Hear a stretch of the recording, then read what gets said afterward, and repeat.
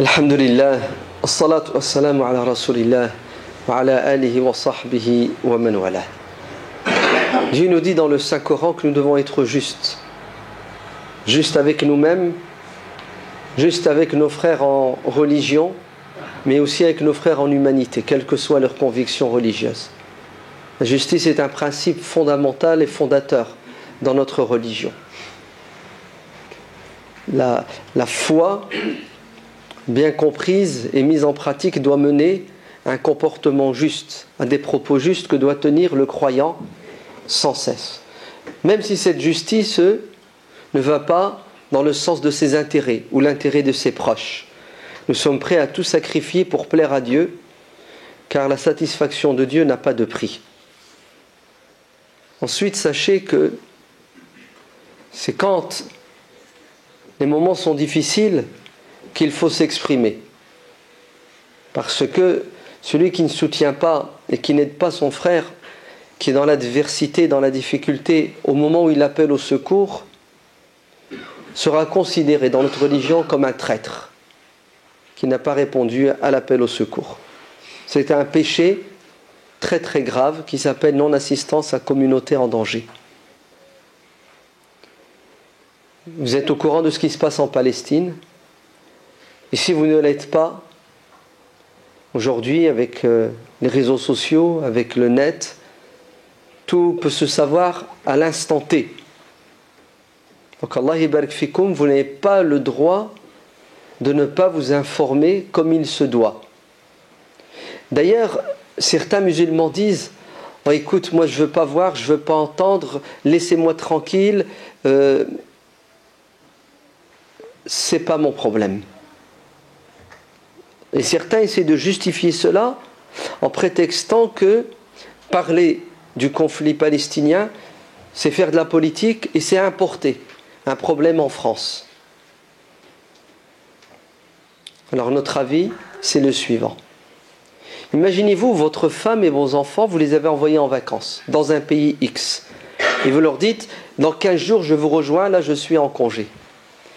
Alors que vos femmes et vos enfants sont dans ce pays en train de bronzer au soleil, voilà qu'il y a un conflit qui éclate. Dites-moi, est-ce que vous allez essayer de les appeler, de les joindre, de prendre des nouvelles ? Est-ce que vous n'allez pas être en contact avec eux en permanence ? Il est évident que oui, parce que vous êtes attaché à vos femmes et à vos enfants. Et vous allez tout faire pour essayer de les sauver, de les protéger, de les sortir de ces guêpiers dans lesquels ils sont. C'est humain, c'est logique. Est-ce qu'on ne dit pas sans cesse dans notre religion que nous sommes tous des frères, nous les musulmans ? Et que celui qui aide son prochain, Dieu l'aide ? Et celui qui trahit son frère et qui le délaisse alors qu'il a besoin de lui est un traître ? Vous connaissez la rhétorique religieuse. Les versets du Coran sont nombreux, les hadiths encore plus. Comment se fait-il alors que pas mal de musulmans ne s'intéressent même pas, ils ne sont même pas au courant de l'évolution et de ce qui se passe ? En fait, on dirait que on veut zapper ce moment. Pourquoi ? Pour avoir la paix, pour être tranquille. Vous vous trompez si vous croyez que vous aurez la paix. Vous l'aurez ni sur terre, ni dans l'au-delà. Car la pire des choses, c'est de pouvoir aider quelqu'un et de faire semblant de ne pas l'aider, alors que nous avons les moyens. Donc Allah yabarak fikoum, allez à la recherche de l'information et de la vraie et de la bonne, et transformez-vous en journaliste qui devait transmettre la bonne information. Parce qu'il y a une armée de journalistes, des centaines et des milliers, des millions de journalistes qui sont payés, et sont très bien payés, pour désinformer la population mondiale.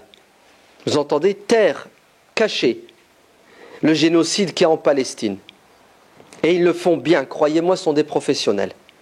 Certains le font avec conviction, maudit soit-il. D'autres le font sous la pression. Que Dieu les aide. Parce que si jamais ils disent ce qu'ils pensent ou ils disent la vérité, même pas ce qu'ils pensent, un journaliste devrait être neutre, comme disent certains. S'il rapporte que les faits véridiques, la guillotine les attend professionnels.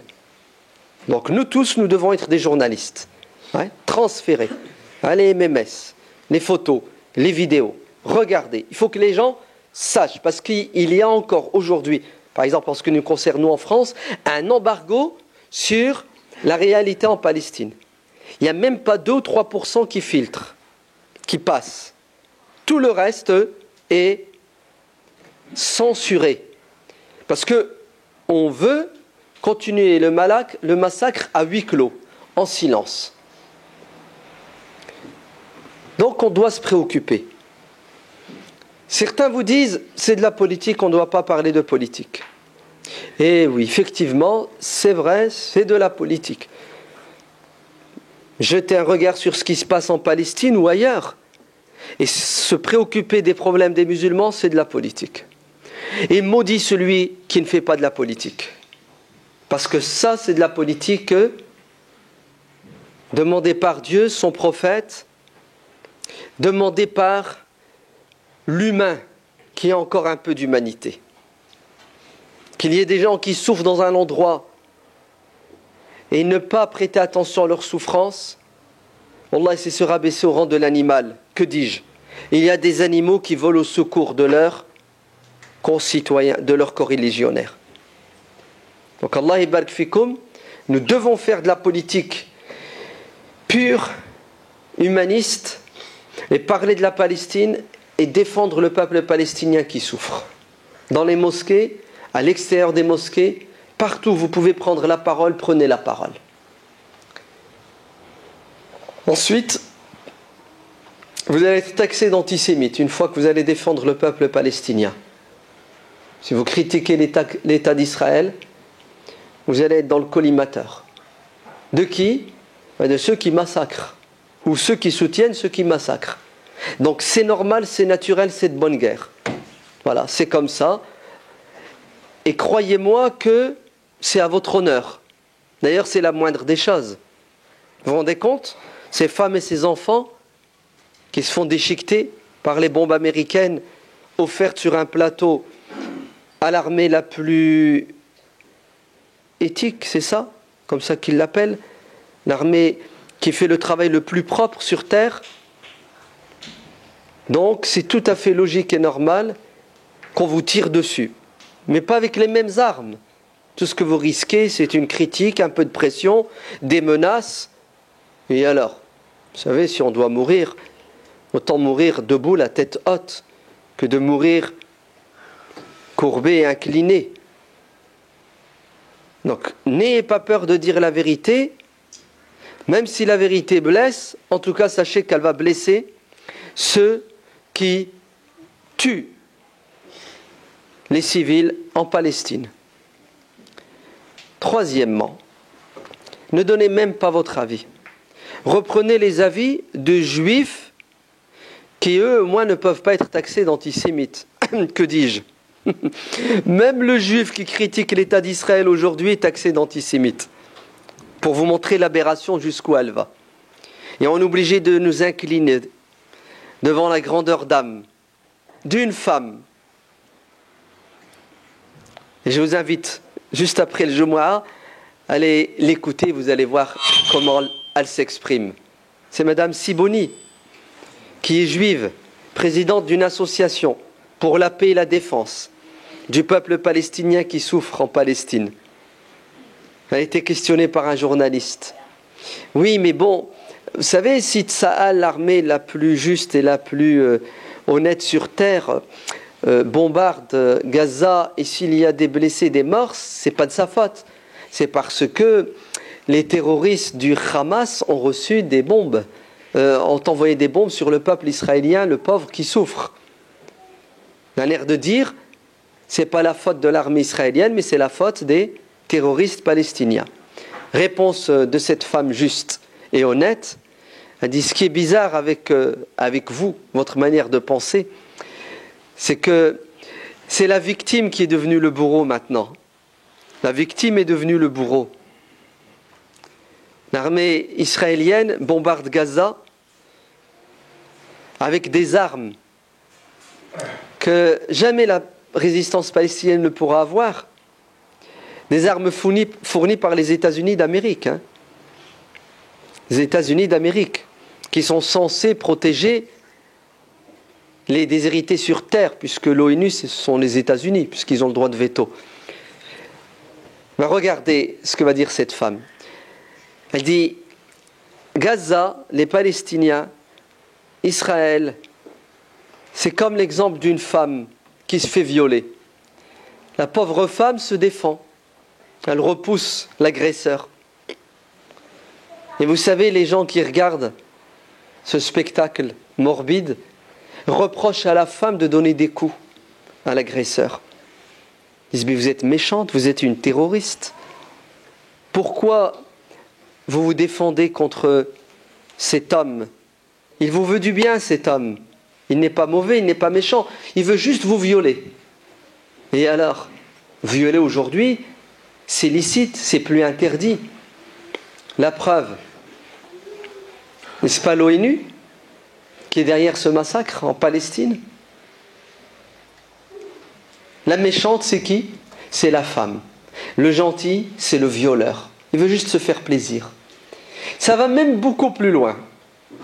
Puisqu'un grand défenseur de l'armée israélienne qui tue les enfants en Palestine, M. Karsfeld, Arnaud, qui n'hésite pas à porter son costume d'exterminator et qui va en Palestine pour tuer des Palestiniens, reconnaît lui-même que les Palestiniens, puisqu'ils pensent qu'on leur a pris leur terre, c'est tout à fait logique et normal qu'ils se défendent et qu'ils essaient de la récupérer.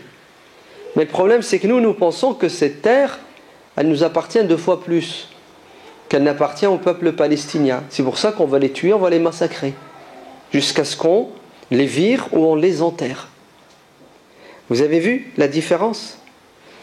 Une femme juive courageuse, qui est du côté de la justice, de la logique, et un homme partial, qui n'a aucun état d'âme, les 1500 morts actuellement, les 10 000 blessés, je ne vous parle pas des dégâts matériaux, hein. Pour lui, ce sont des dommages collatéraux. C'est logique, c'est normal.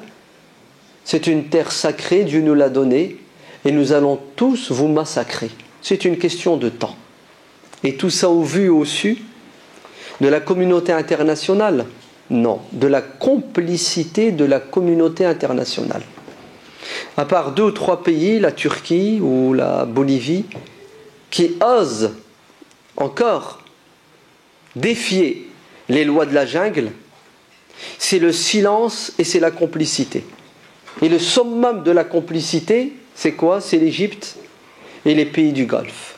Les pays du Golfe qui donnent l'argent qu'il faut, aux États-Unis qui donnent des armes à l'État d'Israël pour tuer, et l'Égypte qui bloque le seul passage, où les Palestiniens pourraient avoir de l'eau, puisqu'ils n'ont plus d'eau, pour avoir un peu de pain, ou soigner leurs blessés, les enfants qui crient au secours. Mais le comble, c'est pas ça. Le comble, ce sont nos hypocrites, qui n'ont cessé de prier pour le général Sissi. Quand il y a eu le coup d'État l'année dernière, nous sommes au mois d'août, vous entendez? Le 15 août, coup d'État en Égypte. Le général Sissi prend le pouvoir. Et la première des choses qu'il fait, c'est de s'attaquer à la Palestine, en détruisant les tunnels. Et il continue encore aujourd'hui. Vous entendez?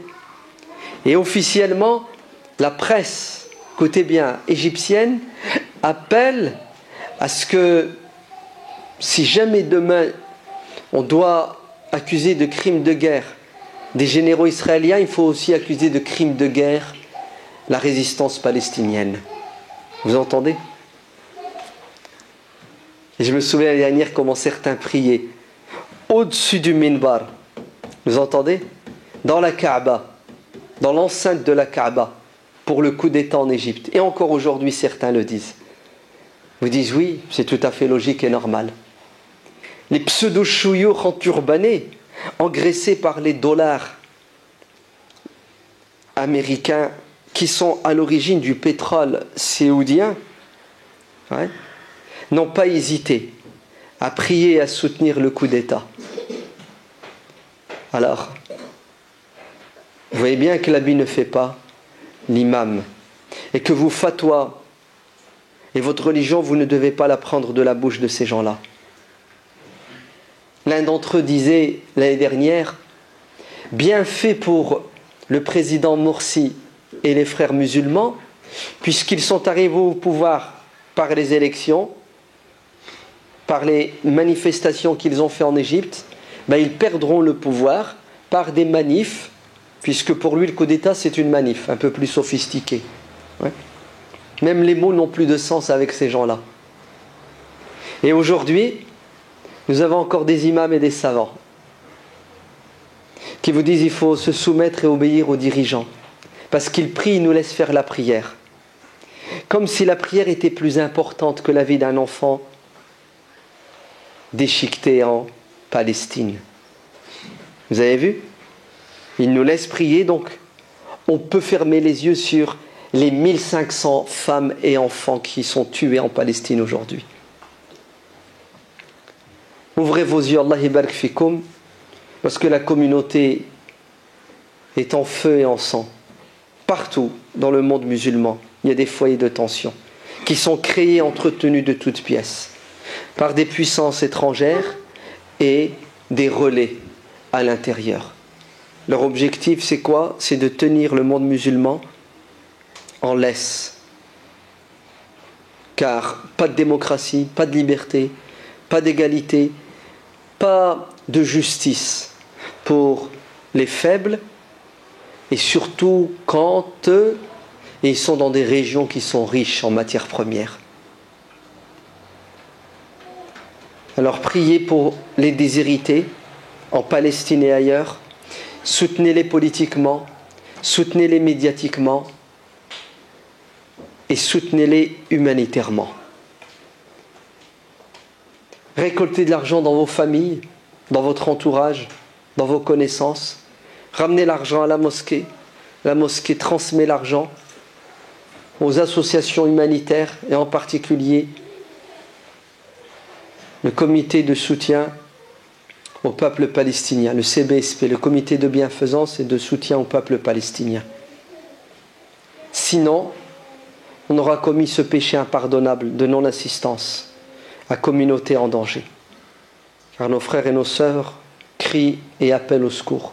Et Dieu nous dit dans le Coran, wa ma lakum, qu'avez-vous à ne pas répondre à leur appel? Répondons intelligemment leur appel en disant la vérité, en soutenant les gens qui disent la vérité, en faisant de la politique,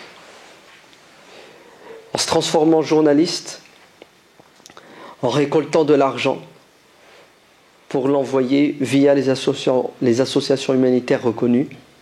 Sinon, nous serons responsables sur terre et dans l'au-delà, et on devra rendre des comptes sur terre et dans l'au-delà. اللهم انصر إخواننا المجاهدين في فلسطين. اللهم أعز الإسلام بنا وأعزنا بالإسلام. اللهم ثبتنا على دينك. اللهم افتح علينا فتوح العارفين. اللهم أرنا الحق حقا وارزقنا اتباعه وارنا الباطل باطلا وارزقنا اجتنابه. اللهم اكفنا شر أعدائنا. اللهم احفظ أولادنا. اللهم ارحم والدينا. اللهم اغفر للمؤمنين والمؤمنات الأحياء منهم والأموات. ربنا آتنا في الدنيا حسنة وفي الآخرة حسنة وقنا عذاب النار. سبحان ربك رب العزة عما يصفون وسلام على المرسلين والحمد لله رب العالمين.